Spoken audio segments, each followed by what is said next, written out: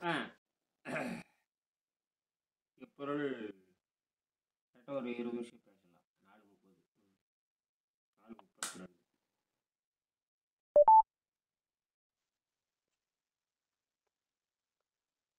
நேத்து எப்படி இருந்துச்சு? அருமையா இருந்ததுங்கய்யா. ம். சில கருத்துக்கள் வந்து முந்தா நேத்து ஒரு வீடியோல பேசியிருந்தீங்க. எப்படி அந்த குழந்தைக்கு வந்து அந்த தாய்ப்பால் குடிச்சுக்கிட்டே இருக்கும் பொழுது, ம். அதுல இருக்கிற அந்த குற்றத்த நீக்கிறதுக்காக தான் வந்து குழந்தைகள் ஏன் பழம் சாப்பிடலாம் அப்படின்னு தெளிவா சொல்லியிருந்தீங்க. நம்ம ஏன் பழம் சாப்பிடக்கூடாது அப்படின்னு. அந்த ஒரு ம். பாயிண்ட் புரிஞ்சது தெளிவா. ம். அதாவது நம்மளுடைய பாடி வந்து தின்னு கெட்டு போன உடம்பு. இப்ப அதுல வந்து பாத்தீங்கன்னா வந்து அந்த பழங்கள் சாப்பிடும்போது அதுல உள்ள அந்த கார்பானிக் ஆசிட் வந்து ம். மலம் இறக்கியா பயன்படாது. ம். ஆனா அந்த குழந்தைகளுக்கு ம். வெறும் பால் மட்டும் தான் குடிச்சிருக்கு. சோ அதிகமா குற்றம் எதுவும் இருக்காது. ம். அதனால கன்சிடர் அந்த குழந்தைகள் வந்து பழம் சாப்பிட்டு வளர்றதுக்கான அந்த நிலை இருக்கு அவங்களுக்கு. ஏன்னா அது டென்சிட்டி கிடையாது. அவங்களுக்கு வந்து எந்த வகையான அடர்த்தியோ டென்சிட்டியோ கிடையாது. வெறும் பால் மட்டும் தான் இருக்கு அது உடம்புல. நீர்த்து போனது. அப் நீர்த்து போன பால் அது. ம். அதுல ஒண்ணுமே இருக்காது. அது இயற்கை. அது எந்த பழக்கமும் கிடையாது. எதுவுமே கிடையாது. உடம்பு அதுக்கு தகுதி உள்ளதாக இருக்கிறது. சக்கரை தண்ணி குடுத்தாவே வெளிக்கு போயிரும். வெறும் சக்கரை தண்ணி குடுத்தாவே வெளிக்கு போயிரும். ம். குழந்தைகளுக்கு சக்கரை தண்ணி, தேன் தண்ணி குடுப்பாங்க. தேன் தண்ணி குடுப்பாங்க. தேய் தண்ணி, ம். நாட்டு சக்கரை தண்ணி இதெல்லாம் உள்ள குடுப்பாங்க. உள்ள குடுத்தாங்கன்னா சுத்தமாகும். தேனை வந்து தண்ணி கலந்து கலந்து குடுத்தாங்கன்னா வயித்துல இருக்கிறது பூரா அடிச்சிட்டு நாத்த நாத்தமா வெளிய வரும்.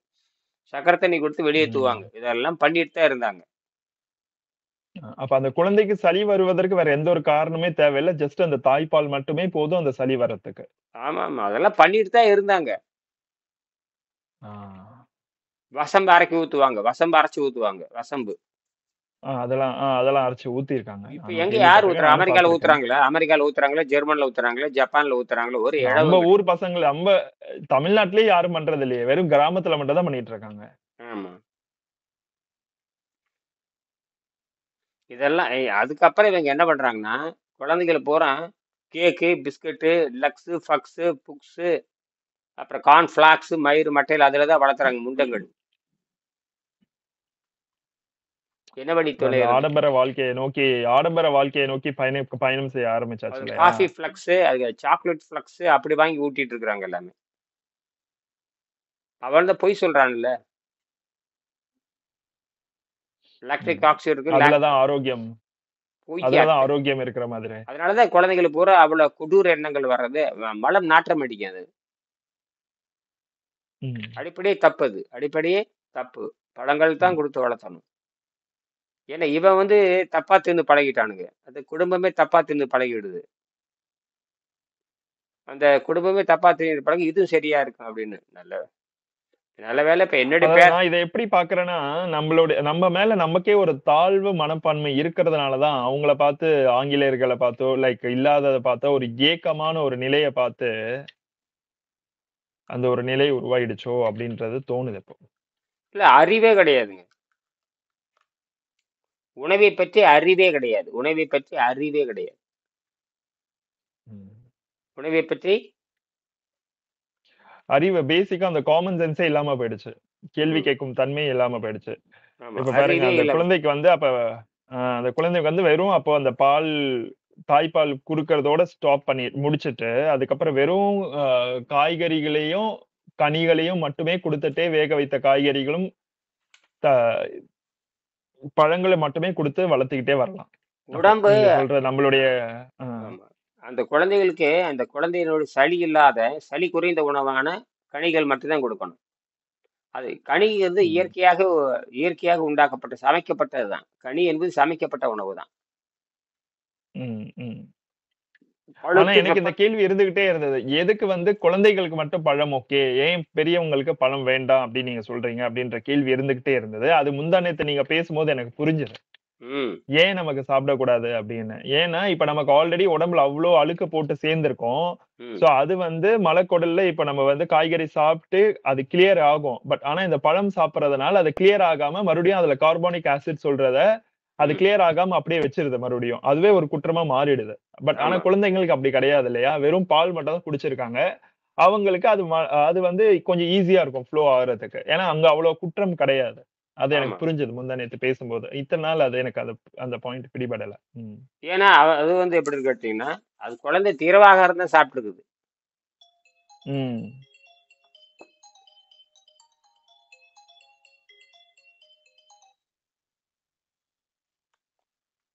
வணக்கம் ஐயா. இப்ப இருக்குது வாங்க. அனுப்பிச்சிருக்கேன் நான் பாருங்க. 4:30க்கு வாங்க. அ அதான் நடந்துட்டு இருக்குது வாங்க. நடந்துட்டு இருக்குது வாங்க. இதான் தொட்டீங்கன்னா வந்துரும். தொட்டீங்கன்னா வந்துரும். இப்ப அனுப்புறேன் பாருங்க.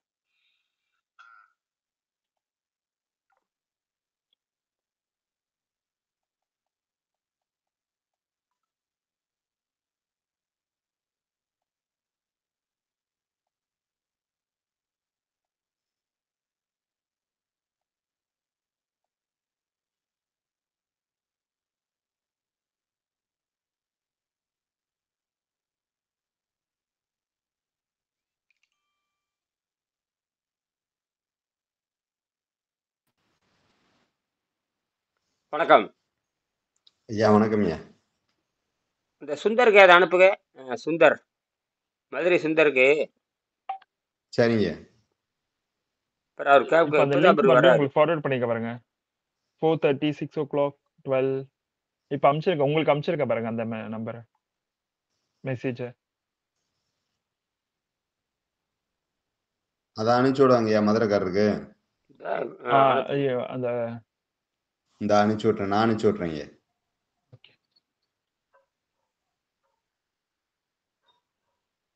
அனுப்பிச்சாச்சு பாருங்க. கீழே எதுவும் தொடுங்க. வந்துடும். வரும் வரும். ஒரு செகண்ட், ஒரு 10 செகண்ட் ஆகும். இது வரைக்கும் நீங்க கூகுள் மீட் வந்தது இல்லையா? வந்திருப்பீங்களே. வந்தீங்களே. அப்ப தொடுங்க. மேல வந்து 4:30 இருக்கும்ல, அதை தொடுங்க. மேல 4:30 இருக்கு இல்லையா? அதை தொடுங்க. 4:30 AM அதை தொடுங்க.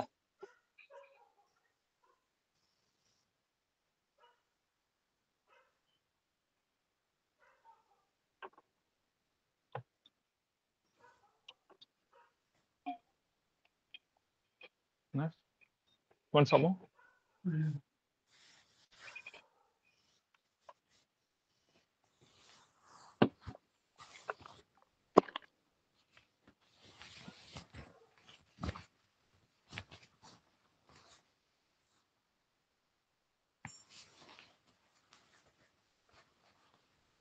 எங்க அவர் வரலையே? வரட்டும். வரும். 2 வினாடி ஆகும்.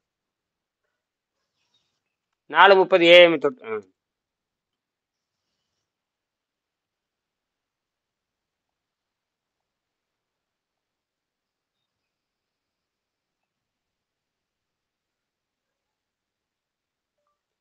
இதை தொட்டு வரும்.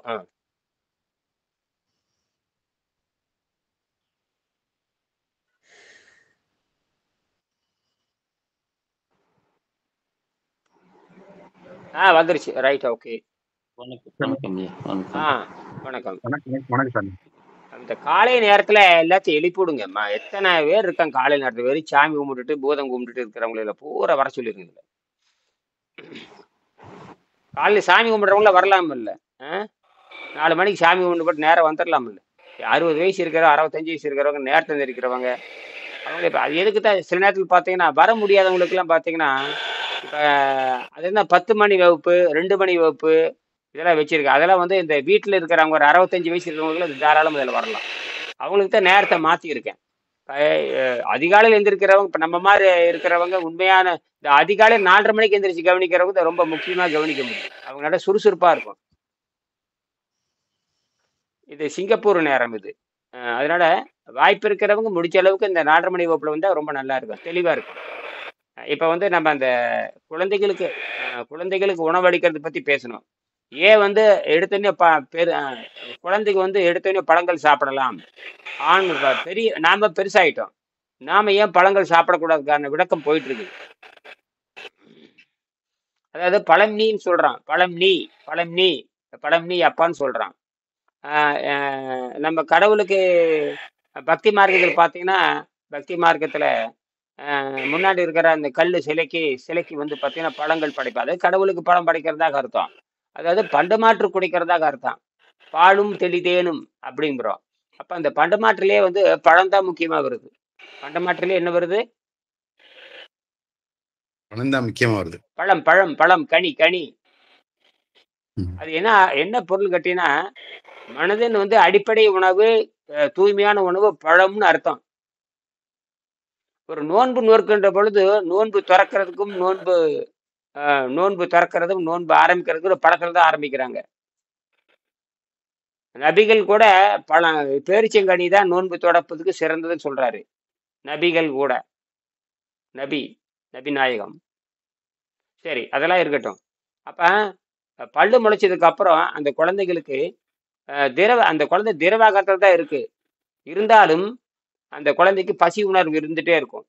அந்த பசி உணர்வை, அந்த விஷத்தை, மரணத்தை உண்டாக்குற விஷம், அதாவது பசினாவே மரணத்தை உண்டாக்குற விஷம் தான் அது. பசிங்கிறது மரணத்தை உண்டாக்குற விஷம். அப்ப பிறக்கும் பொழுது மரணத்தை உறுதி பண்ணுது. அதாவது நோய் மரணத்தை உறுதி பண்ணுது. அதாவது சமாதி மரணத்தை நாம தான் கொண்டு வரணும். என்ன கொண்டு வரணும்? சமாதி மரணத்தை நம்ம பயிற்சியாலும் முயற்சியாலும் கொண்டு வரணும். அங்கதான் இயற்கை நம்மளை ஆப்பு வைக்குது. இந்த அமெரிக்க முண்டங்களுக்கும் இங்கிலாந்து பிரிட்டிஷ் முண்டங்களுக்கும் தெரியாது. அவங்க வந்து ஊதாரி முண்டங்கள். அவங்கள என்னது ஊதாரி முண்டங்கள். அவன் பசிதாகத்தை கட்டுப்படுத்த முடியாதுங்கிறான். பசிதாகத்தை கட்டுப்படுத்தாதுன்னு எந்த அர்த்தம்? வாதம் என்கிற கொடிய நோயும், பித்தம் என்கிற அந்த கொடிய நோயும், சளி என்கிற கொடிய நோயும் தீர்க்க முடியாது அப்படின்ட்டான். அப்ப எதுக்கு நீ வைத்தியம் படிக்கிற? நீ என்ன வெங்காயத்துக்கு வைத்தியம் படிக்கிற? நீ அவன் என்ன சொல்றான்னா, அதை அறுத்து எடுக்க முடியாதுங்கிறான். வாதத்தையும் பித்தத்தையும் அந்த கபத்தையும் ஒரு குறிப்பிட்ட இடமாக தெரியல, அது உடம்பெங்கும் இருக்குதுன்ட்டான். என்னது? உடம்பெங்கும் இருக்குது. அந்த உடம்பெங்கும் இருக்கிறது கண்டுபிடிய நீ என்ன பெரிய விஞ்ஞானிங்கிற? அப்புறம் எம்ஆர்ஐ ஸ்கேன் கண்டுபிடிச்சிட்டீங்களா? அப்புறம் என்ன? எம்ஆர்ஐ ஸ்கேன் கண்டுபிடிச்சிட்ட, சிடி ஸ்கேன் கண்டுபிடிச்சிட்டு அப்புறம் என்ன கண்டுபிடிக்க வேண்டியதானே? நாங்க கண்டுபிடிச்சிட்டோம் ஐயா. அதனாலதான் நேற்று நல்ல பதில் கொடுத்தேன் அவங்களுக்கு. யாருக்குங்க? அவங்க பொறியாளருக்கு நல்ல பதில் கொடுத்தேன். நீங்க அனுப்பிச்சீங்களா? பொறியாளர் அனுப்பிச்சீங்களையா? சரி சரி சாமி, சீனியர்சன் சாருக்கு. அந்த அம்மா சேரும். அந்த அம்மா சேரும்னு நினைக்கிறேன். நான் சொன்னேன் இது இறுதியானது. அந்த மாதிரி திருவிளையாடல் புராணம் இத திருப்புகழ். ஆமா ஆமா, அது என்ன? உமா சீனிவாசன். உமா சீனிவாசன். ஆமா. பொறுமையா கேட்டாங்க. எல்லாரும் பொறுமையா கேட்டாங்க. கூட மருமகள் வந்திருந்தாங்க. ஆமா ஆமா ஆமா, 3 பேர் வந்திருந்தாங்க. 2 பெண்ணு ஒரு ஆணு, 3 பேர் வந்திருந்தாங்க. பொறுமையா கேட்டாங்க. அப்புறம் சொன்னா இது பல்லு விளக்குற மாதிரி தான் குடல் விளக்குறது, ஆனா விளையாட்ட நினைக்க கூடாது. அப்புறம் நீங்க சொல்லித்தான் தெரியுது அவர் விக்ரம் கல்லூரி முதலாளின்னு அப்புறம் தான் எனக்கு தெரியுது. இந்த மாதிரி நிறைய முதலாளி எனக்கு இருக்காங்க. இந்த மாதிரி அதை விட பெரிய முதலாளிகள் எங்கிட்ட இருக்காங்க. அதை விட பெரிய முதலாளிகளா எல்லாம் தெண்டக்கடனுங்க எல்லாமே. கொங்குநாடு இன்ஜினியரிங் காலேஜ் கோயம்புத்தூர்ல பெருந்துறையில பெரிய இன்ஜினியரிங் காலேஜ் இருக்கு. அந்த முதலாளி முத்துசாமி, என்னுடைய மாணவர் முத்துசாமி. பெட்ரோல் பங்க் ஓனர், இந்த கொங்குநாடு பாலிடெக்னிக் கல்லூரி ஓனர், நிறைய ஓனர் இருக்காங்க. அவருக்கு என்ன ஆகி போச்சுன்னா, என்னமோ பண்ணிக்கு நீ தொண்டை கெடுத்து விட்டானுங்க. ஒரு 15 வருஷத்துக்கு முன்னாடி தொண்டையை கெடுத்து விட்டானுங்க. தொண்டை போனது பேசவே பேசினா காக்கு மூக்குன்னு தான் வரும், காத்து தான் வரும். அப்புறம் அவரை கொஞ்சம் பேசி சரி பண்ண, அவரை கரெக்ட் பண்ணி பேசி பேசி பேசி பேசி சரி பண்ண. அப்புறம் தொடர்புலேயே காணும். இந்த 2-3 வருஷமா தொடர்புலேயே காணும். அவ்வளவுதான். அதனால இனியில போட்டு இருக்கு நிறுக்கி விட்டேன். உடனே வைத்தியம் காணா. அவங்களுக்கு ஏதாவது கொடுமையான காலையில அடுகி போய் நாரி போய் இருந்தா டக்குன்னு தொடங்கலாம். இருந்தாலும் எதையும் நம்ம உடனே தொடங்க கூடாதுங்க. அவனு சித்திரவதை அனுபவிக்க பாடத்தை படிக்காம நீங்க இந்த கருணையை காட்டக்கூடாது. ஏன்னா இது மரணத்துக்கே வேட்டு வைக்கிற சமாச்சாரம். அவசரப்பட்டு வைத்தியமெல்லாம் பார்க்க கூடாது. அவன் போனா போயிட்டு போறப்ப நம்ம என்ன அவன் பணம் கொடுத்ததே நம்ம வாழ போறோமா? தெரியணும், புரியணும், உணரணும். அந்த டைம் 1 மாசம் 1 மாசம் பிரீத்திங் டைம் கொடுத்துதான் பண்ணணும். கரெக்ட் தான். நீங்க சொல்ற சிஸ்டம் கரெக்ட். ஏடா அவங்கள காப்பாத்தி நான் சொன்னேன், உங்களை காப்பாத்துறதுல எனக்கு எந்த பரிசையும் தரப்போற, உங்களை காப்பாத்துறதுல எனக்கு எந்த பரிசு எனக்கு வராதுன்ட்டு நான். அந்த பரிசையில எங்களுக்கு போதும். அப்படி என்ன காப்பாத்துக்கிறது நான் கவனமா இருப்பேன் தவிர உங்களுக்கு நான் புரிய வைக்கிறதுக்கு தான் நான் பாடுபடுறேன். 30 நாள் புரிய வைக்கிறேன்னு ஒரு நாளைக்கு 2 தடவை அது வரணும். ஆனா எந்த வகையான ஆணவம் இருக்கக்கூடாதுன்ட்டு நான். எந்த வகையான ஆணவம் இருந்தா நான் கட் பண்ணிடுவேன்னு சொல்லிட்டேன். முதல் மாசத்திலே கட் பண்ணிடுவேன் அப்படின்ட்டு நான். முதல் மாசத்திலே கட் பண்ணிடுவேன். நீங்க அந்த தெளிவுபடுத்திட்டேன் நான். அது புத்தகத்தை படிச்சிருங்க. புத்தகத்தை வாங்கிட்டாங்க, புத்தகத்தை கொடுத்துருங்க, படிச்சிருங்க. படிச்சுட்டு இது சித்தர் கொள்கைன்னு சொல்லிட்டேன். சித்தர் கொள்கை, பரிணாம கொள்கை. இது பரிணாம கொள்கையை புரிந்தால் மட்டும்தான் நீங்கள் உங்க நோயை குணமாக்க முடியும். அதை நீங்க உடுக்கை இடை மாதிரி வரணும். மீனாட்சி இடை, நீங்க மீனாட்சி புத்தகத்தை எழுதியிருக்கிறீங்க, ரொம்ப திருப்பூர்ல எழுதியிருக்கீங்க, ரைட்டு. அதுல கோயில பாத்தீங்கன்னா சிவன், அதாவது செப்பு திருமணி பாருங்க, செப்பு திருமணி பாருங்க எப்படி இருக்கும். செப்பு சிலைகளை பார்த்தா எப்படி இருக்கும். துடி இடை, உடுக்கை இடை, நுசுப்பு இடை மாதிரி இடை இருக்கணும். இதைதான் மயன் கண்டுபிடிச்சது. அந்த மாதிரி இடை அப்படி சிறுத்திருக்க வேண்டும். ஆனால் இடை சிறுத்தர்கள் என்பதும் வெள்ளைக்கார அந்த பன்னி முண்டங்களுக்கு தெரியாது. இந்த வெள்ளைக்கார இங்கிலீஷ் முண்டங்களுக்கு தெரியாது. குறிப்பா இங்கிலீஷ் படிக்கிறவனுக்கு மூளையே வேலை செய்யாதுன்ட்டு நான். ஏன்னா இங்கிலீஷ் படிச்சா அறிவு வருகிறது அடிப்படை தப்பு. இங்கிலீஷ் படிச்சா ஆரோக்கியம் வருமானு கேட்டு பாருங்க. இங்கிலீஷ் படிச்சா அறிவு வருகிறத விட ஆரோக்கியம் வருவத மிகப்பெரிய, ஆரோக்கியம் தான் மிகப்பெரிய செல்வம். உடல் பலத்தை காட்டிலும் ஆரோக்கிய பலம் மேலானது. அதை பற்றி எந்த தத்துவமே அங்கிட்ட வெள்ளைக்காரங்கிட்ட கிடையாது. ஏன்னா அவன் 6ஆம் நிலையை தாண்டல. மனதை அடிப்படை கொண்டவங்க. அதனாலதான் அறிவை விட மேன்மையானது மனம். அறிவை விட வலிமையானது மனம். அறிவு புத்தி சொல்லும், மனம் வழி நடத்தும். கரெக்டா சொல்றீங்க. ஆனால் அந்த மனத்தை பத்தி சொன்ன மனம் ஒன்று அல்ல, மனம் 5. நீங்க மனம் பேசிட்டு இந்தியாவில் இருக்கிற பூரா பைத்தியம் பேசிட்டு இருக்கானுங்க. எவனும் உடலை பத்தி பேச, இந்தியாவில் இருக்கிற அத்தனை யோக மன்றங்களும் இந்தியாவில் இருக்கிற அத்தனை பக்திமார்களும் உடலை பற்றி பேசுவதே கிடையாது. உடலை பற்றி பேசினா பசி வந்துடும். உடலை பற்றி பேசினா அதுக்கெல்லாம் பதில் சொல்லணும். அதனால அந்த இவனுக்கெல்லாம் வசதியா இருக்குன்னு உடலை பத்தி பேசுறது இல்லை. ஆனால் திருமலர் உடம்பை காப்பாற்றுன்னு தான் சொல்லியிருக்காங்க. உடம்பார் அழியின் உயிரார் அழிவர், திடம்பட மெஞ்ஞானம் சேர மாட்டார். உடம்பை காப்பாற்ற தெரியாதவன் முட்டாள்னு எழுதுறாங்க. வேற எந்த ஞானம் பேசினாலும் பிரயோஜனம் இல்லைங்கிறான். உடம்பார் அழியின் உயிரார் அழிவர், திடம்பட மெஞ்ஞானம் சேர மாட்டார். உறுதியான மெஞ்ஞானத்தை அடையவே முடியாதுங்கிறான். உறுதியான மெய்ஞானம் அடைய மாட்டார், அடைய மாட்டான். ஏன்னா உடம்பை நீ காப்பாற்ற தெரியும். உடம்பை காப்பாற்றோம்னா இந்த வயிற்றுல சுரக்கிற புறப்பட்டு பூக்கு திரிகின்ற வாயுவை, புறப்பட்டு திக்கு திரிகின்ற வாயுனா வயிற்றுல சுரக்கிற பசி வாயுவை எவன் நிர்மூலமாக்க சொல்றாரு, புடுங்கி எறிய சொல்றாரு. என்னது புடுங்கி எறிய சொல்றாரு? எங்க யாரு புடுங்கி இருக்கீங்கன்னு கேட்டேன் நான். இந்தியாவில் யாராவது புடுங்கி இருக்கீங்களான்னு கேட்டேன். நிர்மூலமாக்கல் உறுப்பு சிவக்கம், கால் உடனே உடம்புக்கு ரத்த ஓட்டம் பாயுங்கிற. அதுதான் நீங்க ரத்த ஓட்டம் பாஞ்சுதா இல்லையா? ரத்த ஓட்டம் பாஞ்சுன்னு புண்ணு உங்களுக்கு உண்மையால என்ன, அதாவது என்ன சொல்றாருன்னா அருணா டெகரேட், எவன் அரிசி சோறுதிங்களா நம்ம குஷ்டரோகிய மாறுவான்னு எழுதியிருக்காரு. அரிசி சோறு திங்கிறவன் என்னவா மாறுவான்? குஷ்டரோகியா மாறுவான். அதுதான் கால் உங்களுக்கு கருத்து போய் அழுகி போய் புண்ணா வந்திருக்குது. நல்லா இருக்கு. அப்ப நீங்க குஷ்டரோகத்துல இருந்து மாறிட்டீங்க. இதுக்கே நீங்க 1 கோடி ரூபாய் நீங்க அன்பளிப்பு கொடுக்கலாம். உங்க கோயில கொண்டு 1 கோடி ரூபாய் எங்கேயாவது கொண்டு கோயில கொண்டு 1 கோடி ரூபாய் கொடுத்துட்டு வந்துருக்கு. அதாவது அதை எடுத்து புத்தகத்தை படுத்து காமிச்சிட்டேன். அந்த புத்தகத்தை எடுத்து காமிச்சேன். அதாவது அருணா டெகரேட் புத்தகத்தை இதை எடுத்து காமிச்சிட்டேன். இந்த காமிச்ச 164ஆம் பக்கத்துல, இந்த புத்தகத்தை 164ஆம் பக்கத்துல அதாவது அரிசி சாப்பிட்றது என்பது வேறு, அரிசியே வெவ்வேறு வடிவத்தில் திங்கிறது என்பது வேறு நான் சொல்றேன். காலையில் இட்லியை திங்கிறது, மத்தியானம் தயிர் சோறை திங்கிறது, ராத்திரியில மசால் தோசையை திங்கிறது. நாசமா போகன்னு நான் சொன்னேன். ம். இப்படி நானும் தின்ன வந்தா நல்ல வேளை நான் தப்பிச்சிட்டேன். சிறுசிலேயே வந்து 35-40 வருஷத்துக்கு முன்னாடி இயற்கை உணவுக்கு மாறுறத தப்பிச்சிட்டேன். சமையல் கட்டுலேருந்து வெளியே வந்த தப்பிச்சிட்டேன். நீங்க என்ன பண்ணியிருக்கீங்கன்னு கேட்டேன். அதாவது அரிசி சோறு என்பது வருஷத்துக்கு ஒருக்காதான் நான் சொன்னேன்.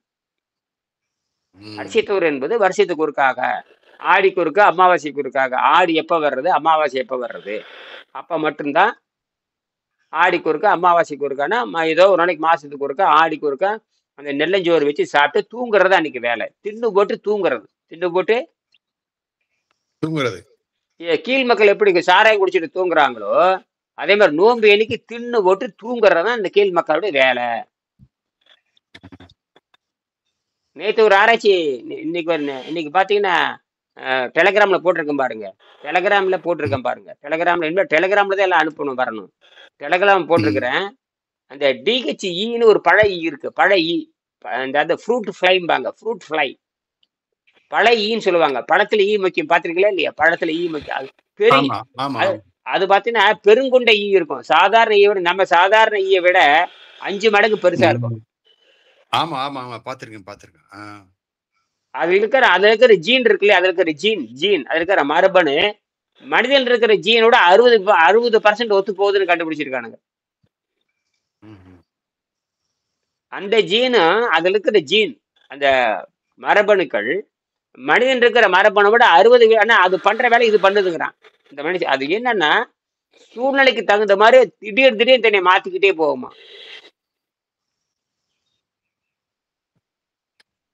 ஈ வந்து அந்த சூழல் வெப்பத்துக்கு தகுந்த மாதிரி தன்னை மாற்றிக்கொள்ளும், குடிச்சிக்கு தகுந்த மாதிரி மாற்றிக்கொள்ளும்.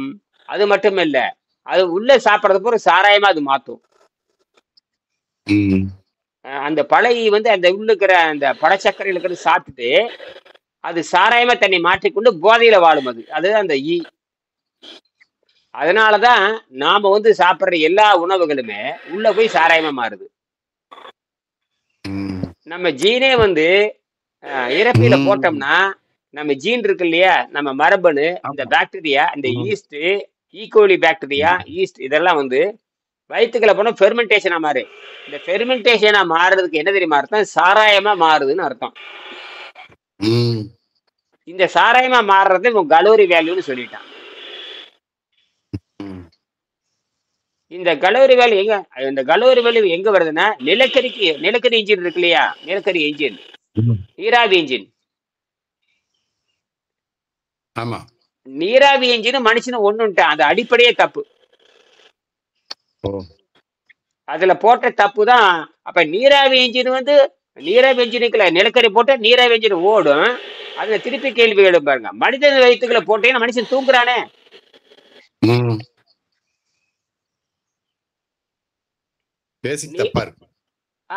பேசிக்கே தப்பா இருக்கு. நீராவி என்ஜினில நிலக்கரி போட்டா ஓடும், இது வயிற்றுல போட்டோன்னா தூங்குறானே. ரெண்டும் ஒண்ணா எப்படி ஆகும்? அது செயற்கை கருவி, இது இயற்கை கருவி. இந்த அறிவே வந்து வெள்ளக்கார முண்டங்களுக்கு கிடையாது. கம்பாரிசனே தப்பு. அது எரிக்குதாமா, இது எரிக்குதுங்காமா. அறிவே இல்லாத ஜென்மங்கள். கேட்டா சூடாகுதுங்கிற அறிவே இல்லை. அதாவது கொஞ்சம் கூட அறிவே இல்லாத காட்டு இவனை எப்படி வெள்ளக்காரனை போய் அறிவாளின்னு. அதனாலதான் அவன் நோயை குணமாக்க முடியாத முண்டன்னு சொல்லிட்டான். அதுல எனர்ஜி வந்து ஜெனரேட் ஆகுது, இதுல வந்து எனர்ஜி வந்து லாஸ் ஆகுது. திங்க வயிறு போய் முட்டிக்குது. உதரவிதானம் வேலை செய்யறது இல்ல. உதரவிதானம் போய் நுரையில போய் அழுத்துது. முசு கசு புசுது படுத்து தூங்கிடுறான். என்னது வயிறு முட்டை நீங்க தின்னு போட்டு நடந்து பாருங்க, ஹார்ட் அட்டாக் வந்துடும். ஏன்னா மூளை அப்படியே தூங்கிடும். அவன் என்ன சொல்றான், ஆக்சிஜனே மேல போகாதுங்கிறான். எது ஆக்சிஜன்? பிராணசக்தி மூளைக்கு போகாது. பிராணசக்தியே மேல போகாது. அப்புறம் என்ன நீ ஆரோக்கியம்? அறிவு வேண்டாம். நாமளாவது இட்லி தான் திங்கிறான், அவன் காலையிலே பன்னிக்கறி திங்கிறான். அப்படி எப்படி இருக்கும்? நாமளாவது நாம இந்த இட்லி தோசை பழக்கமா இந்த 100 வருஷம் தான். இந்த 100 வருஷத்துக்கு இந்த மானங்கட்ட இட்லி தோசை சாப்பிட்டு நம்ம பழக்கப்பட்டு போயிருக்கோம்.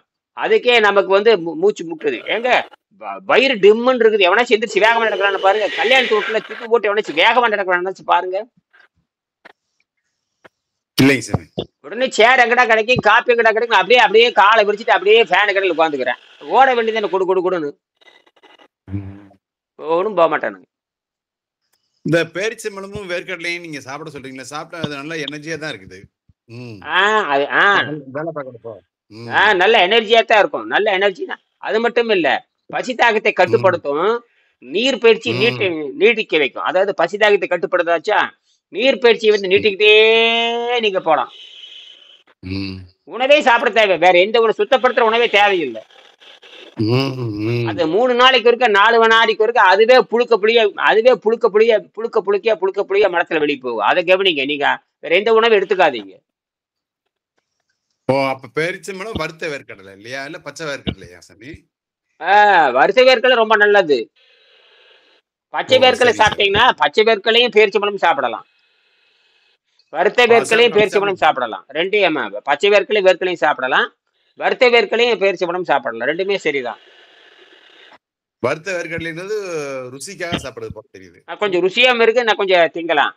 ரொம்ப நல்லது. நீங்க பேரிச்சம்பழத்தையும் வேர்க்கடலையும் நல்லா பொடி பண்ணி வச்சுக்கலாம். ரெண்டையும் அது முதல்ல வேர்க்கடலையை நல்லா அரைச்சிடணும். அது கூட நாட்டு சக்கரை கொஞ்சம் போட்டுக்கணும். அரைச்சதுக்கு அப்புறம் அதே அளவுக்கு கொட்டையை எடுத்து பேரிச்சம்பழத்தை போட்டு ஒரு 4 சுத்து சுத்தினா அதை பத அப்படியே லேசா ஒரு மாதிரி உருண்டையே லட்டே ஆயிரும். கொஞ்சம் கவனமா மிக்சி இழுத்து பிடிச்சிக்கும், கையில தான் பிடிக்கணும். இது சாப்பிட்டு ஒரு 3 மணி நேரம் தாக்கு பிடிக்கும். 2-3 மணி நேரம் வரைக்கும் நம்ம அப்படியே இழுத்துட்டு போயிடலாம் இல்லையா? அப்புறம் இந்த 4 மணி நேரம் வரப்ப மாடி 2 லட்டு போட்டுருங்க. ஓ, அப்ப நைட்டு இது வெஜிடபிள் இது சேர்த்து அதெல்லாம் தேவையில்லை. அது இப்ப இங்க 1 மாசம் தாண்டிட்டீங்களா, அதெல்லாம் தேவையில்லை. ஓ, அதான் அனுபவபூர்வமா அது தெரியுது சார் நீங்க சொல்றது கரெக்ட். அப்ப என்ன ஆகுனா, அப்ப மலச்சிக்கல் வரும். இப்ப 3 நாள் 4 நாள் பண்ணிக்கிற பொழுது அது இந்த லட்டே வந்து நாத்தமா அப்படி கருப்பு ஜவ்வா இழுத்துட்டு வெளியே வரும். அப்ப அந்த முதுகு வலியில சீக்கிரம் போயிடும். முதுகு வலி, மூட்டு வலி, அந்த 33 ஜாயிண்ட் இருக்கிறதெல்லாம் வலி குறைய ஆரம்பிக்கும். இப்பவே வலி உங்களுக்கு குறைஞ்சதான் பேசவே முடியும், வலி உங்களுக்கு வந்து எதிர்க்கவே முடியும். கரெக்ட். 100 உட்கார முடியுது, எவ்வளவு நேரம் கை போனை பிடிக்க முடியுது என்னால. போனை கையில பிடிச்சு வச்சிருக்கேன். அதே பெரிய மிராக்கிள் தான். இப்ப இன்னைக்கு பேசுறது அவருக்கு போகும். இந்த மிராக்கல்ங்கிறது இப்ப அனுபவம்.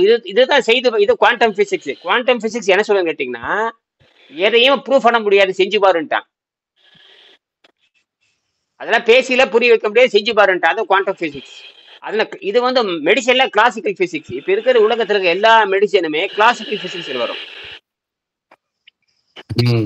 நல்ல வேலை தமிழ்ல கண்டுபிடிச்சு கொடுத்தங்காட்டி ஈஸியா புரியுது நமக்கு. நல்ல வேலை நமக்கு திருப்பி இந்த உண்மை வந்து தமிழர்களுக்கு மட்டும்தான் வருது, மற்ற உலகத்துல எவனுக்கும் வராது. உலகத்திலே அதிக நீதி நூல் உள்ளது தமிழ் தான். அதுக்கப்புறம் தான் சமஸ்கிருதம். பல லட்சம் நூல்கள் தமிழ் இருக்கு. அதாவது வரி ஓசையும் எழுத்தோசை இருக்கிறது இது ஒண்ணுதான். வரி ஓசை எழுத்தோசை 2 தான் இருக்கு. பல மொழிகள் இருக்கலாம். எத்தனையோ மொழிகள் படைக்கப்பட்டிருக்கலாம், தோன்றியிருக்கலாம், அழிந்திருக்கலாம். ஆனால் நிலைத்து நிற்கக்கூடியது குழந்தைகளுக்கு பேசக்கூடிய மொழி. குழந்தைகள் பேசக்கூடிய மொழி, நுனிநாக்கள் பேசக்கூடிய மொழி. அதனால ஒரு குழந்தை தாய்மொழி வந்து அம்மாட்ட இருந்து கத்துக்குது. உலகத்துக்கு அது பொதுவானது. எல்லா நாடுகள்லயும் அவங்க அம்மா தான் குழந்தைக்கு பேச கத்துக்கிறான். தாயின் பள்ளிதான் குழந்தையினுடைய முதல் பள்ளிம்பாங்க. தாயின் மடிதான் குழந்தையின் முதல் பள்ளின்னு சொல்லுவாங்க. அப்ப தாய் தான் குழந்தைக்கு பேச கற்றுக் கொடுக்குறான். அதற்கப்புறம் அந்த குழந்தைக்கு எழுத்து வடிவமா மாறுகின்ற பொழுது தமிழ் மொழி தான் குழந்தைகளுக்கு இனிமையாக இருக்கும். அது மனித குழந்தைகளுக்கு, தமிழ் குழந்தைகள்ல உலகத்துல பிறக்கிற எல்லா மனித குழந்தைக்கும் தமிழ் மொழி தான் இனிமையாக இருக்கும். இதுதான் விஷயமே. அதனால தமிழ் எல்லாம் ஒத்துக்கிட்டு படிக்கணும். தமிழ் வந்து மனித குழந்தைக்கு பொருத்தமான மொழி. அதனாலதான் அது இனிமையாக இருக்க வேண்டும் என்பதற்காகத்தான் நுனிநாக்கு அசையா பேசுறது. குழந்தைகள் வந்து கஷ்டப்பட தேவையில்லை. அம்மான்னு கூப்பிட்டாவே முடிஞ்சு போச்சு. இது இப்ப இந்த தமிழ் மொழிங்கிறது வந்து பிரபஞ்சத்துல இருந்து நேரடியா உருவாக்கப்பட்ட மொழின்னு தோணுது சாமி. ஆமா, அது வந்து கரெக்ட் தான். அது அதிர்வு பிரபஞ்சம்னா என்ன தெரியுமா அர்த்தம்? யூனிவர்சல் பிரபஞ்சம்னாவே அந்த அதிர்வை என்ன சொல்லுவாங்கன்னா ஒத்திசைவுன்னு சொல்லுவாங்க இல்லையா? ஒத்திசைவு பிரபஞ்சம் அணுவு கோகரன்ஸ் சொல்லுவாங்க, ஒத்திசைன்னு சொல்லுவாங்க, ரிசோனன்ஸ் சொல்லுவாங்க, ஒத்திசைவு சொல்லுவாங்க. இப்ப சிம்போனிசைன்னு சொல்றாங்கல்ல, அது ஒண்ணும் இல்ல, ஒத்திசைத்தல்னு அர்த்தம். சிம்போனிசைன்னு என்னமோ சொல்றாங்க இல்லையா, அதெல்லாம் ஒண்ணும் இல்ல, வெறும் வைப்ரேஷன் தான். வைப்ரேஷனை கரெக்டா கொடுக்கணும், எல்லாத்துக்கும் வைப்ரேஷன் எழுதி கொடுக்கறது. எல்லாரும் ஒரே மாதிரி வாசிப்பாங்க, அதான் அந்த வைப்ரேஷன் தான். அதுக்கு ஒத்திசைவுன்னு சொல்லுவாங்க, ஒத்திசைவு அப்படிம்பாங்க, ரிசோனன்ஸ்ன்னு சொல்லுவாங்க, அந்த மாதிரி. சரி, அந்த வைப்ரேஷன் தான். அதுக்கு என்ன சொல்லுவாங்க சில பேர், சில இடத்துல வார்த்தைகள் அப்படிம்பா. சில பேர் பார்த்தா தேவனுடைய வார்த்தை, மனிதன் உணவினால் வாழவில்லை, பைபிளே சொல்றான், மனிதன் உணவினால் வாழவில்லை, தேவனுடைய வார்த்தையால் மனிதன் வாழ்கிறான்னு எழுதுறான். அப்ப பைபிளே அப்பம் தேவையில்லைன்னு சொல்லுது, குறிப்பிட்ட வயதுக்கு மேல அப்பம் தேவையில்லைன்னு சொல்லுது. அப்பம்னா உணவு. இப்ப உணவுக்கான வேர்ச்சொல்லே இங்கிலீஷ்ல கிடையாது, தமிழுக்கு மட்டும்தான் உணவுக்கு வேர்ச்சொல் இருக்கு. அதனாலதான் நம்ம தெளிவா புரிஞ்சு கொள்ள முடியுது. அதனால திருவள்ளுவர் உணவை விஷயம்னு தான் எழுதுறாரு. திருவள்ளுவர் தான் உணவே விஷம் என்று எழுதுகிறார். இப்ப என்ன சொல்றீங்க ஃபுட் பாய்சன் சொல்றீங்க. அவர் அன்னைக்கே எழுதிட்டாரு உணவு விஷயம், அன்னைக்கே எழுதிட்டாரு 2000 வருஷத்துக்கு முன்னாடி. இப்பதான் எனக்கு ஃபுட் பாய்சன் சொல்றீங்க, அவர் அப்பவே எழுதிட்டாரு. ஃபுட்டை போட்டு பசி ஆத்த முடியாதுன்றாரு. ஃபுட்டு என்பது பசி ஃபுட்டுங்கிறது விஷம்னு எழுதுறது அவரு தான். மருந்து என வேண்டாவாம் யாக்கைக்கு, விஷம் என வேண்டாவாம் யாக்கைக்கு, அருந்தியது அற்றதுனார். இவ அருந்ததுன்னா சாப்பாடுன்னு எழுதிட்டார் இந்த முண்டம். யாரு? இந்த பரிமளகர் முண்டம். அருந்ததுன்னா சாப்பாடுன்னு போட்டான். அந்த சாப்பாட்டு முண்டை என்ன பண்ணுச்சுன்னா, அது சாப்பாடு சாப்பிட்ற முண்டம். அது எது? இந்த பரிமளகர் முண்டம். சாப்பாட்டை போட்டு தொப்பையும் இருந்திருக்கிறாங்க. அப்படித்தான் இருந்திருக்கணும். தொந்தியும் தொப்பையும் இருக்க அந்த சாப்பாட்டு முண்டம். அந்த அருந்துவது என்பது இருக்கு. அருந்துதல்னா சாப்பிடுதுன்னு அர்த்தம் இருக்கு, அருந்துதல்னா குடித்தல்னு அர்த்தம் இருக்குது, அருந்துதல்னா உறிஞ்சி குடித்தல்னு அர்த்தம் இருக்கு. உறிஞ்சியும் குடிக்கலாம், தண்ணியும் குடிக்கலாம், இப்ப எப்படி வேணாலும் குடிக்கலாம். அருந்துதல்னா இளநீர் அருந்தலாம், காப்பி அருந்தலாம், இட்லி அருந்தலாம், தோசை அருந்தலாம், சாராயம் கூட அருந்தலாம். ஆனால் இந்த அருந்தினால் அற்றுப்போகுவது என்னங்க கேட்கும் பொழுதுதான், அருந்துவதும் பின் அற்றுப்போவதும் தண்ணீர் மட்டும்தான், தூய தண்ணீர் மட்டும்தான். அருந்தினால் தீர்ந்து விடும். தெரியுமா? இந்த தீர்ந்து விடுதலுக்கு ரொம்ப முக்கியம் என்னன்னு கேட்டீங்கன்னா, எதையும் அழுக்கை செலுத்தாமல் தீர்ந்து விட வேண்டும். சரி, துணி துவைக்கிறப்போ ஏன் சுத்தமான மழை நீரை போட்டு துவைக்கிறீங்க?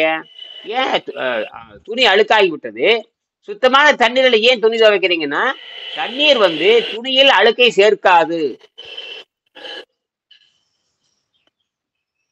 ஏன் பலரசத்துல துணி துவைங்களாம் பார்க்கலாம். பலரசத்துல துணி துவைக்க முடியுமா? நீங்க வசதியானவங்க தானே, பணக்காரர் தானே, பலரசத்துல துணி துவைங்களே. ஏன்னா பலரசத்துல இருக்கிற அழுக்க துணியில சேர்ந்துக்கும். துணியில சேர்ந்துருக்கும். அப்படியே சேர்ந்துருது, சேர்ந்துரும். அதேதான். அதத்தான் நீங்க என்ன பண்றீங்க இப்ப? என்ன அதை புரிஞ்சுக்காம காப்பி குடிக்கிறது, பசி அறியாம காப்பியை குடிக்கிறது, இளநீரை குடிக்கிறது, கரும்பு சாறை குடிக்கிறது, எல்லாமே குற்றமுடையது தான். ஏனால் அது தூய்மை நடை. ஏன்னா தண்ணீர்ல எந்த தூய தண்ணீர் என்பது எந்த மினரலும் இருக்கக்கூடாது. அதனாலதான் ஆடை துவைக்கிறப்ப மினரல்ல இல்லாத தூய தண்ணீர் தான் ஆடை துவைப்பாங்க. மினரல் உடைச்சிருவாங்க, எல்லா மினரலும் வெடி. கடைசியா தண்ணி ஊத்தினா நம்ம சுத்தம் பண்றோம். தண்ணி ஊத்துதான் 4 அலசறோம்ல. என்னதான் சோப்பு போட்டு பண்ணாலும் கடைசியில் 4 தடவை அலசி கடைசியில அந்த உள்ள இருக்கிற கெமிக்கலும் உள்ள இருக்கக்கூடாது. கெமிக்கலும் உள்ள இருக்கக்கூடாது. கடைசியில வெளியே காய போடுறப்ப அந்த தண்ணீரும் இருக்கக்கூடாது. தண்ணீரும் போயிடணும், அந்த அழுக்கும் போறப்ப ட்ரையா வரணும். இதைத்தான் வள்ளுவர் சொல்லியிருக்காரு. அருந்தினால் அற்றுப்போவது என்னன்னு கேட்டீங்கன்னா, அருந்துவதும் பின் அற்றுப்போவதும் தண்ணீரை மட்டும்தான் குறிக்கும். நீங்க பாலும் காப்பி இதெல்லாம் நீங்க அருந்தலாம், ஆனால் அதுல இருக்கிற சத்துக்கள் சாரங்கள் பாஸ்பரஸ் பொட்டாசியம் சோடியத்தை ரத்தத்தில் கலக்கி விட்டுத்தான் அந்த நீர் சத்து வெளியேறுமே தவிர தூய்மையாக வெளியேறாது. ஆகினால் தூய்மையாக வெளியேறுகின்ற ஒரே பொருள் எந்த மினரலும் இல்லாத தூய தண்ணீர். அது பேரு மணி நீர்னு பேரு, மணி நீர். சாதாரண நீர் என்பது வேறு, மணி நீர் என்பது வேறு. அது எங்க சாமி இருக்கும்? அது அருவியில இருந்து வர்றதா? அதுதான் அருவி நீர் தான் மணி நீர். அந்த மணி நீர் தான், அதுக்குதான் மணி நீர்னு பேர் வச்சார். தூய்மையான நீரை உலகத்தில் பேசுறவர் அவர் மண்ணு தான். அந்த நீர் தான் அந்த அந்த அதுக்கு வான்மலை நீர்னு பேரு. வான்மலை நீர், அந்த வான்மலை நீர் அருவியில கொட்டி ஆறாக மாறி ஓடும். இப்ப நாம அந்த ஆற்று நீரை தான் என்ன பண்றீங்க, தேக்கி வச்சு குடிநீராக நகராட்சி கொடுக்குது உலகம் பூரா. அந்த கொஞ்சம் அசைச்சு போயிடுது. அதுக்குதான் என்ன பண்றோம், ஃபில்டர் நம்ம பயன்படுத்திக்கிறோம். அந்த காலத்துல ஃபில்டர் பயன்படுத்தினாங்க. அந்த காலத்துல ஃபில்டர் கண்டுபிடிச்சாச்சு. அந்த காலத்துல பானை வந்து ஒரு ஃபில்டர் தான். அது போக இது தேர்த்தாங்கொட்டையை அரைச்சி ஊத்திடுவாங்க. தேர்த்தாங்கொட்டையை, தேற்றான் கொட்டை. பெரிய பணக்காரர் என்ன பண்ணுவாங்க, அந்த தேற்றான் கொட்டை என்ன பண்ணும்னா, தேற்றான் கொட்டை உள்ள இருக்கிற அழுக்கு கிருமி இழப்புறம் கீழே தள்ளி விட்டு போயிரு, கீழே தள்ளி தெளிநீரா மாத்திரும். இன்னும் சில அந்த காலத்துல பெரிய பெரிய ஜமீன்தார் என்ன பண்ணுவாங்கன்னா, தேற்றான் கொட்டை மரத்திலேயே பானை செய்வாங்க. பானையை கடைஞ்சி எடுத்துருவாங்க. தேற்றான் கொட்டை அந்த மரத்திலேயே பானை செஞ்சிருவாங்க. மரத்திலேயே பானை செஞ்சிருவாங்க. இப்ப செம்பு பாத்திரம் சொல்றீங்க இல்லையா, மரத்திலேயே அந்த பாத்திரம் செஞ்சாங்க அந்த காலத்துல. அதுல பெரிய பெரிய பணக்காரர் ஜமீன்தார்கள் கோடீஸ்வரர் செய்வாங்க. அப்ப அதெல்லாம் இருக்கட்டும். அப்ப குளத்து நீரை கொண்டுட்டு வந்து அந்த காலத்துல குளத்து நீர், ஊரணி, அந்த மாதிரி ஊரணிலுக்கு நீரை கொண்டு வந்து பானையில வச்சுட்டு தேற்றான் உரம், அந்த காவிரி கரை உரம், அந்த குளத்து உரமத்தை தேற்றான் கொட்டை மரம் வச்சிருப்பாங்க. தேற்றான் கொட்டை மரம் வச்சிருப்பாங்க. அந்த மரத்தின கொட்டையை எடுத்துட்டு வந்து அரைச்சி உள்ள ஊத்திட்டா அப்படியே தெளிநீர் மாதிரி மாயிரும். இளநீர் மாதிரி தெளிஞ்சு போயிடும். இப்ப என்ன பண்ணிட்ட, ஃபில்டர் வந்துருச்சு. என்னது இப்ப அதுக்கு செராமிக் ஃபில்டர், மண் ஃபில்டர் வந்தாச்சு. செராமிக் வேற ஒண்ணும் இல்ல, சுடுமண். மண்ணை சுட்டம் வச்சு கண்ணுக்கு தெரியாது சின்ன சின்ன ஓட்டை இருக்கும். அது வந்து கேப்லரி ரியாக்ஷன் சொல்லுவாங்க. அதன் வழியாக அந்த தண்ணி உள்ள பாயறப்ப எல்லா கிருமிகளும் உள்ள இழுத்துக்கும். உப்பு கிப்பு வடிச்சிட்டு தூய தண்ணீர், அது பேர் செராமிக். பாத்தீங்கன்னா ரெண்டு அப்படியே இது மாதிரி இருக்கும். இது பார்த்தா அந்த மெழுகுவர்த்தி மாதிரி பெருசு பெருசா நீட்டிட்டு இருக்கும். உள்ள பாத்தீங்கன்னா இருக்கும். அதுக்கு பேரு செராமிக் ஃபில்டர்னு பேரு.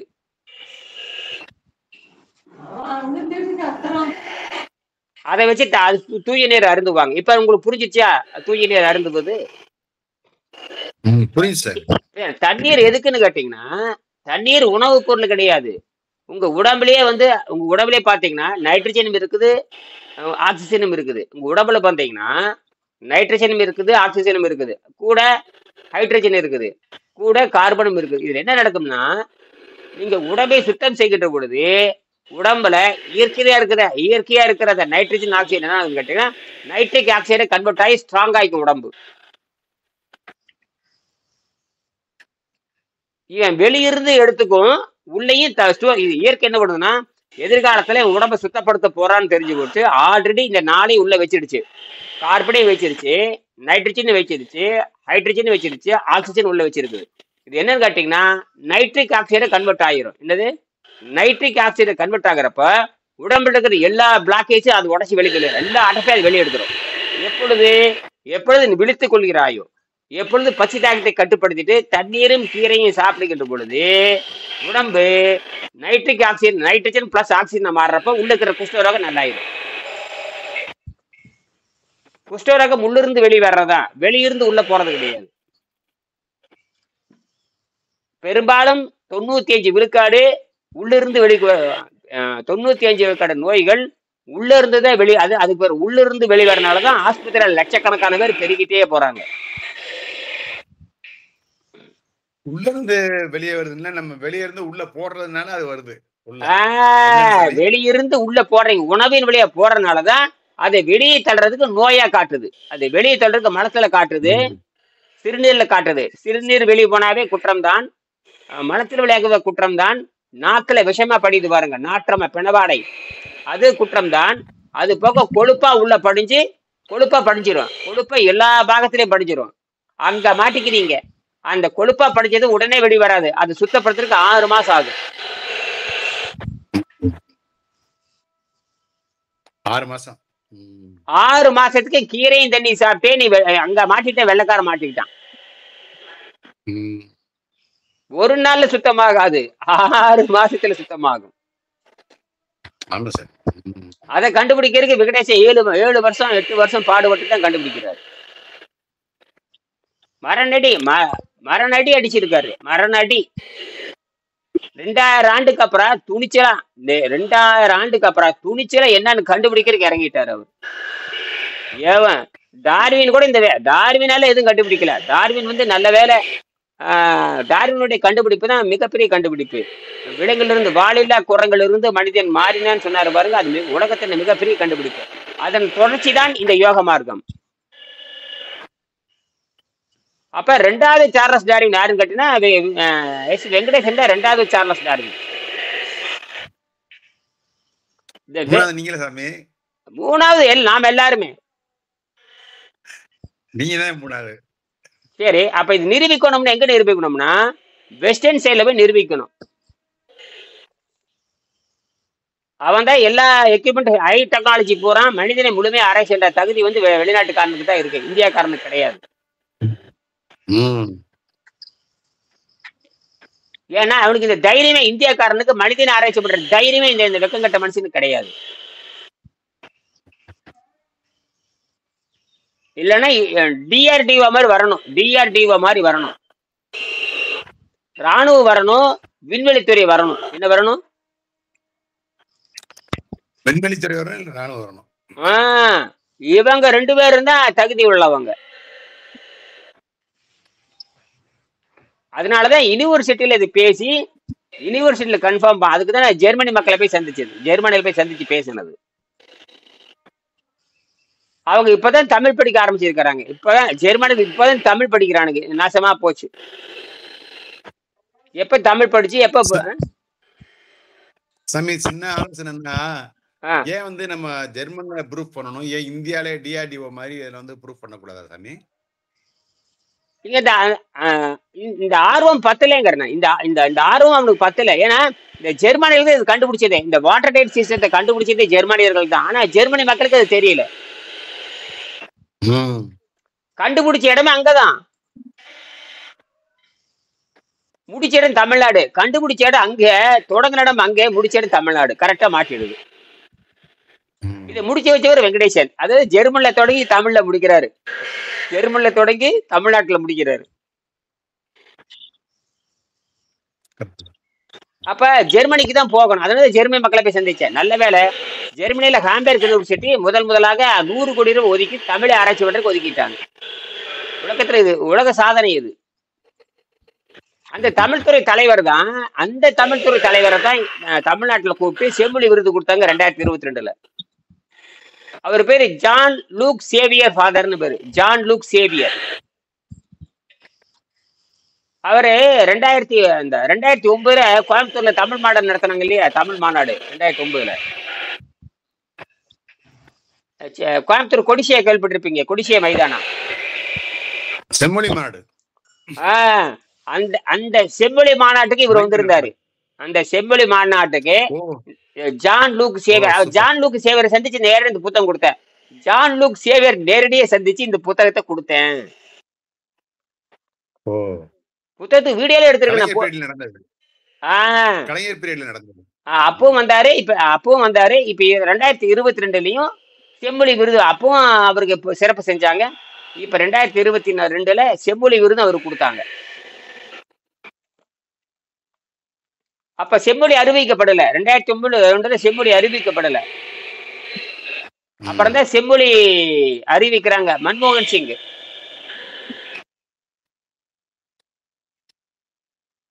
அதாவது தமிழுக்கு அங்கீகாரமே பல ஆயிரம் ஆண்டுக்கு அப்புறம் தான் வருது. தமிழுக்கு அங்கீகாரமே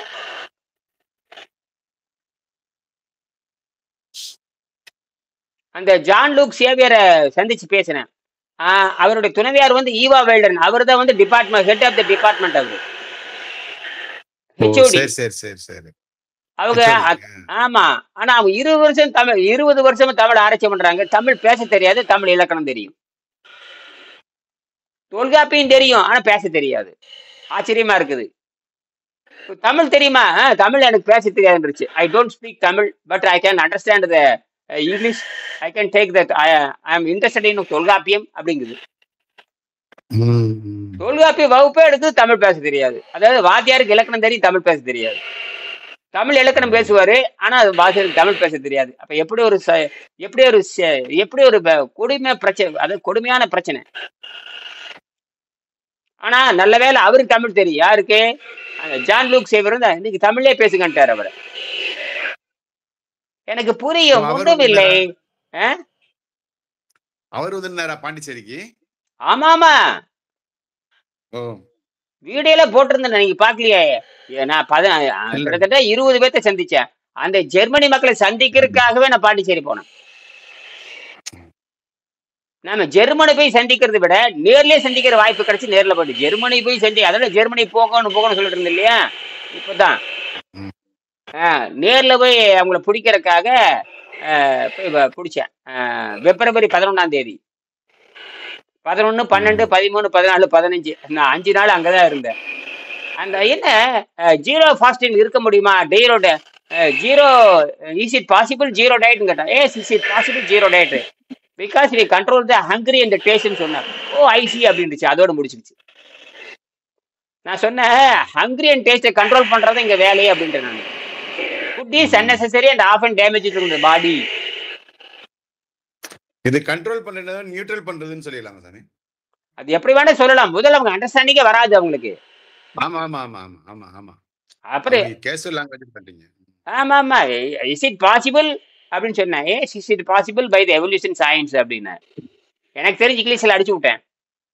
அவங்களுக்கு ஆமா, எப்படி சாத்தியம் கேட்டாங்க. அவங்க சாத்தியம் சொல்றப்ப அவங்க இந்த ப்ரோக்ராம்ல இருக்கிறனால இந்த நான் சொல்ற செய்தி உள்வாங்க முடியல. அந்த 5 நாள் அவங்க தான் ப்ரோக்ராம் டிசைனர். அவங்க தான் ஈவா வைட் ப்ரோக்ராம் டிசைனர். அப்புறம் அந்த ப்ராஜெக்டுக்கு பேரே தமிழ் எக்ஸ் ப்ராஜெக்ட்னு பேரு. தமிழ் எக்ஸ்ன்னு போட்டா வந்துடும். கூகுள்ல போய் தமிழ் எக்ஸ்ன்னு போடுங்க, வந்துடும். திருலோகச்சந்தர் சொல்லுங்க ஐயா. தமிழ் அந்த கூகுள்ல போய் தமிழ் எக்ஸ் போடுங்க, தமிழ் எக்ஸ் அப்படின்னு போடுங்க. தமிழ் எக்ஸ் ப்ராஜெக்ட் போடுங்க, தமிழ் எக்ஸ் ப்ராஜெக்ட்னு போடுங்க.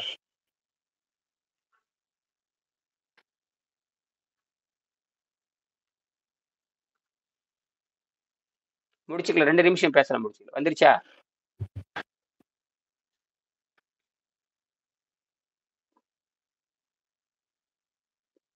வந்துருச்சுங்க. ஜெர்மனி வருமே, தமிழ் எக்ஸ் ப்ராஜெக்ட் ஜெர்மனி எல்லாம் வரும். University of Hamburg new academy project on classical Tamil literature. பாருங்க, பட்டையை கலப்புறாங்க. கிட்டத்தட்ட ஒரு 50 மாணவர் வந்திருக்காங்க. 10 மாணவர் இந்த புத்தகத்தை கொடுத்தாங்க. ஹிஸ்டாரிக்கல். படிங்க இன்னொருக்க படிங்க. எல்லாத்துக்கும் அனுப்பு கதையை. எஸ்டாப்ளிஷ்மென்ட் ஆஃப் கிளாசிக்கல் தமிழ் லிட்டரேச்சர் 100 கோடியில் ஒரு ஹிஸ்டாரிக்கல் தமிழ் ப்ராஜெக்ட். 100 கோடியில சிலையில கரெக்ட். எங்களுக்கு 2 நாள் வந்து ஓலைச்சுவடு பயிற்சி கொடுத்தாங்க. 2 நாள். நமக்கு யாரு பயிற்சி கொடுக்குறாங்கன்னா, ஜெர்மனிக்காரர்கள் நமக்கு ஓலைச்சுவடு எப்படி படிக்கிறது நமக்கு பயிற்சி கொடுக்குறாங்க.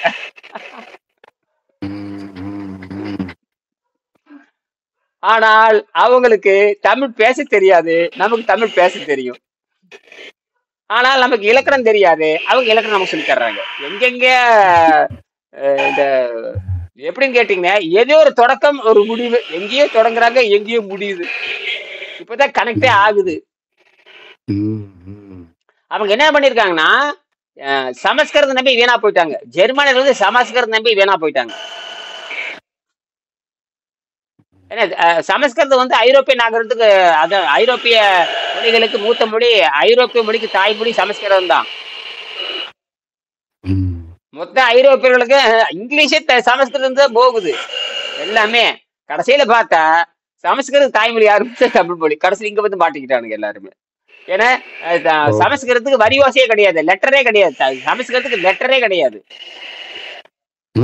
ஒன்லி சவுண்டு தான். Only sound. அங்க வரி வடிவம் இல்லாதனால மாட்டிக்கிட்டானுங்க. அது வந்து எப்படின்னு கேட்டா யாருடைய தாய்மொழியும் கிடையாது. தேவர்களை அழைப்பதற்காக, தெய்வத்தல்ல. தெய்வம் வேற, தேவர் வேற. தேவர்கள் அழைப்பது யோகிகளை கூப்பிடுவதற்காக சமஸ்கிருதம் பயன்பட்டது, அவ்வளவுதான். அது அவர்களுக்கு மட்டும்தான், சராசரி மக்களுக்கு, நம்ம மாதிரி மக்களுக்கு கிடையாது. தெய்வம் வேற தேவர்கள் வேற சாமி. ஆமா ஆமா, தெய்வம் வேற தேவர் வேற. வாழ்வாங்கு வாழ்பவன் தெய்வம்னா, வாழ்வாங்கு வாழ்பவன் தான் அதுக்கு பேரு, தேவர்னு பேரு. அததான் அந்த தேவர்னா பத்து புல்லாகி பூடாகி பல்லூருமாகி மனிதராய் கணங்களாய் தேவராய்.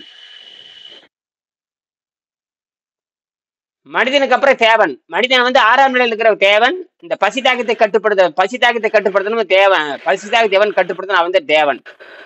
பசிதாகத்தை கட்டுப்பட்டு பிச்சை எடுக்காம வாழ்றான் பாருங்க, முக்தி நிலைக்கு போறோம், அவன் தான் தேவன் பேரு. வாழும் போதே தேவன் ஆயிடுவாங்க. அவன் தான். நீங்க பசிதாகத்தை கட்டுப்படுத்தினாவே, பசிதாகத்தை கட்டுப்படுத்தினாவே நீங்க யாரு தெரியுமா? திருப்பி கொடுக்குறீங்கன்னு அர்த்தம் உலகத்துக்கு.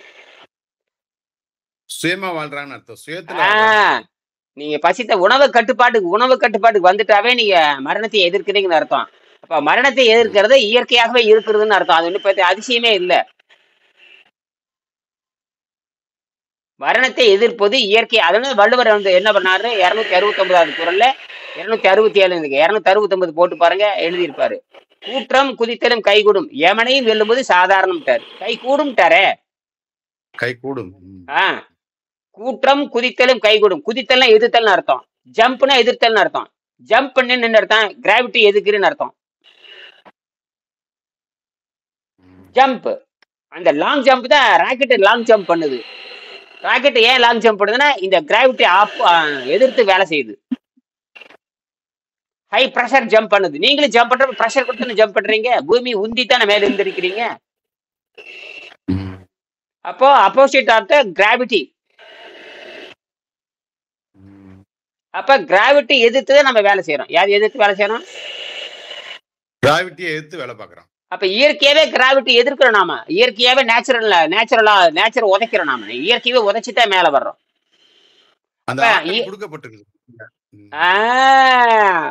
அதுதான் நமக்கு, அதுதான் ஜம்ப் பண்றோம். அதுதான் இன்னைக்கு தாவரங்கள் வந்து தாவரம் இருக்கு இல்லையா, விதை உள்ள போட்டீங்கன்னா விதைக்கு வந்து யாருமே கிடையவே கிடையாது. ஆமா, ஒரு குட்டி கூட ஒரு தாய் இருக்கும், நாய்க்குட்டி கூட அம்மா இருந்துதான் வளர்த்த முடியும். ஆனா விதைக்கு யாருமே கிடையாது. விதைக்கு அதான் நம்ம அடிப்படைன்னு சொல்றீங்க இல்ல சாமி? ஆமா, விதை தான் அடிப்படை. அந்த விதைக்கு வந்து தாய் தகப்பனே கிடையாது, கழுந்து வெடி வந்துருது. நம்மளுடைய மூல தாயே அதுதான் நினைக்கிறேன் இல்ல? தாவரம் தான் முதல் தாய். முதல் தாய் மரம் தான், அது முழுதாய் மனிதன் மரம் தான். உயிரின் ஓசையும் மலைதான், அது கோடாறு ஒளியால் இழந்தான்னு சொல்லிட்டு கவிஞர் ஒருத்தர் பேரு, அவர் பேர் அருமையான கவிஞர். அவர் எழுதினாரு, முதல் தாய் மனிதனுக்கு மறந்தான், அதை முழுதாய் மனிதன் மறந்தான். உயிரின் ஓசையும் மறந்தான், அது கோடாலி ஒளியால் இழந்தான். கோடாலி எடுத்தான், அந்த சாவடிச்சுட்டான் அப்படிங்கிறான். அதனாலதான் இந்தியாவில வந்து மரத்தை பத்தி கவலைவே பட மாட்டாங்க. மற்ற மேலை நாடுகள்ல, சிங்கப்பூர் நாடுகள்ல மரத்தை தொட்டாவே பெனால்ட்டிங்கிறான். மரத்தை தொடவே கூடாது. சிங்கப்பூர்ல மரத்தை தொட்டீங்கன்னா பெனால்ட்டி போட்டுருவான். அது மட்டும் இல்ல, மரத்துல இருக்கிற ஒரு கிளையோ பச்சை இலையோ பறிக்கவே கூடாது. கீழே விழுந்தது கூட தொடக்கூடாதுங்கிறான். கீழே விழுந்தது கூட தொடக்கூடாதுன்னு சொல்றாங்க, பெனால்ட்டி. அது ரோட்டோரத்துல இருக்கிற செடியை கூட பிடுங்க கூடாதுங்கிறான். ரோட்டோரத்துல இருக்கிற செடி தானா முடிச்சிருக்க, அதை கூட நீ பிடுங்க இருக்க ரைட் இல்லைன்ட்டா கவர்மெண்ட் உத்தரவு போட்டுருச்சு. ஒரு உயிரோட்டமான சிந்தனையா இருக்கும் போல தெரியுது. என்னமோ தெரியல, என்னமோ பண்ணிட்டாங்க, அவங்க போட்டிருக்காங்க. அங்க இருக்கிற மூலிகை, அங்க இருக்கிற செடி கொடி, அது மட்டும் இல்ல, அரசாங்கம் வந்துதான் அந்த மரத்தை பிடுங்கி இன்னொரு பக்கம் நட்டிட்டு தான் வேற பக்கம் பண்ணுவாங்கம்மா. மரத்தை வெட்டுறதும் கிடையாது, அப்படியே ஜேசிபி தோண்டி அப்படியே எடுத்துட்டு போய் இந்த இடத்துல அப்படியே வச்சு அங்க வளர்த்திடுவாங்க. அதையே நம்ம நாட்டுல அதெல்லாம் கிடையாது. 10 கோடி மரத்தை கொண்டு போட்டு 10 கோடி மரத்தை கொண்டதுக்கு அப்புறம் தான் நீங்க ரோடே போடுவீங்க. இன்ஜினியர் அதுக்கெல்லாம் போட்டுருவாரு. இன்ஜினியர் உடனே மரத்தை முதல்ல மரத்தை வெட்டுன்னு சொல்றது இன்ஜினியர் தான். அதெல்லாம் மரத்தெல்லாம் வெட்டுங்க அப்படின்ட்டுருவாங்க. முதல் குற்றவாளி நாங்க தான். இன்ஜினியர் தான் முதல் குற்றவாளி. லீக்வான் இருந்தார் இல்லையா, அவர் மரங்களை பத்தி ரொம்ப ஆராய்ச்சி பண்ணி அவர் எல்லா பேரோட சயின்டிபிக் நேம்னே சொல்லுவார். அவருக்கு அந்த அளவுக்கு இது இருந்தது. இங்க தெரு முழுக்குமே பாத்தீங்கன்னா மஞ்சள் கரிசலாங்கண்ணி வச்சிருக்காங்க. அதையே ஒரு அலங்காரமா வச்சிருக்காங்க. அதுதான் அலங்கார செடிகளாகவே வச்சிருக்காங்க. அதுதான் மஞ்சளா பூ பூக்கும். மஞ்சள் கரிசலாங்கண்ணி. சரி சரி, மறுபடியும் பேசுவோம். நன்றி, வணக்கம். 6 மணிக்கு பேசலாம். நன்றிங்க. நன்றி. நன்றி.